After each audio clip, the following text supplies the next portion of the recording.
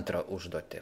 Antroji užduotį reikia padaryti sukinį, kaip parodyta paveikslėlyje. Taip turėtų būti tokie skaičiai, aišku, galbūt taip nesigaus kaip paveikslėlį, bet turėtų, tai yra nesigaus taip, kaip čia yra subraižyta, čia yra padarytas paveikslėlis, mums reikia gauti tokius skaičius sukinio pagalba.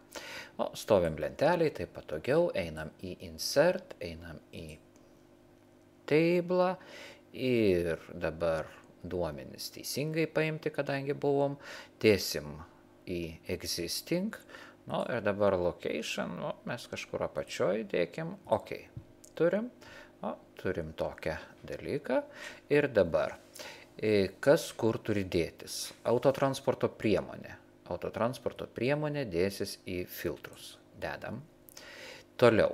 Rūšis į eilutes. Rūšis į eilutes. Rows. Įdėjom. Toliau. Pavadinimas į columns. Pavadinimas į columns. Ir sum of kiekis. Kiekis eina į value. Taip, turim tokį. Kažko neįdėjom, pavadinimas į columns. Neįsidėjo. Taip turi būti. Dabar, autotransporto priemonė, čia yra all, čia turi būti autobusas. Pasimam autobusas, spaudžiam OK. Nu ir turim tokius skaičius. Reiškia,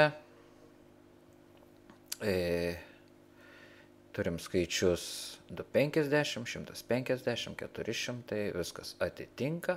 Nu ir, sakykim, mes tokį sukinį padarėm. Taip. O column labels galima pabandyti ir, reiškia, uždėti column labels ir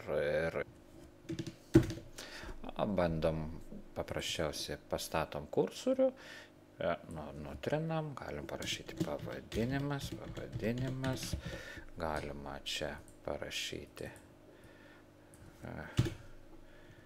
pavadinimas, čia rūšis, nu ir turim taip. O svarbiausia yra mūsų skaičiukai. Trečia užduotis. Reikia tarpinių sumų, subtotal pagalba, reikia padaryti tokią lentelę. Dabar reikia pirmas dalykas pažiūrėti, pagal ką daroma yra. Pagal pavadinimą benzinas, dizelinos, dujos. Todėl stovi pavadinime ir iškart susirūšiuoju. Reiškia, rūšiuoju ir galiu eiti datą iškart ir yra sort, pavyzdžiui, AZ.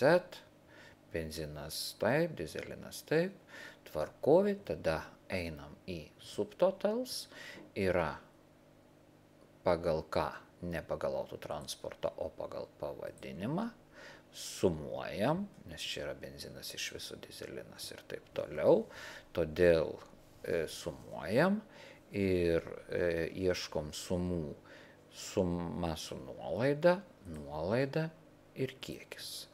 Taip. Spaudžiam OK, turim tokius skaičius, jeigu pereitumėm į antrą, benzinas total, čia yra benzinas iš viso lietuviškai, dizelinas total ir čia viskas atitinka, skaičiukai atitinka. Ketvirta užduotis.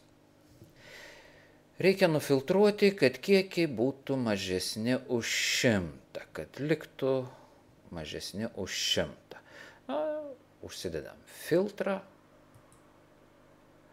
Ir kiekis turi būti koks. Nu, mažesnis už 100, einam į number ir ieškom mažiau less than už 100. Less than, čia parašom 100.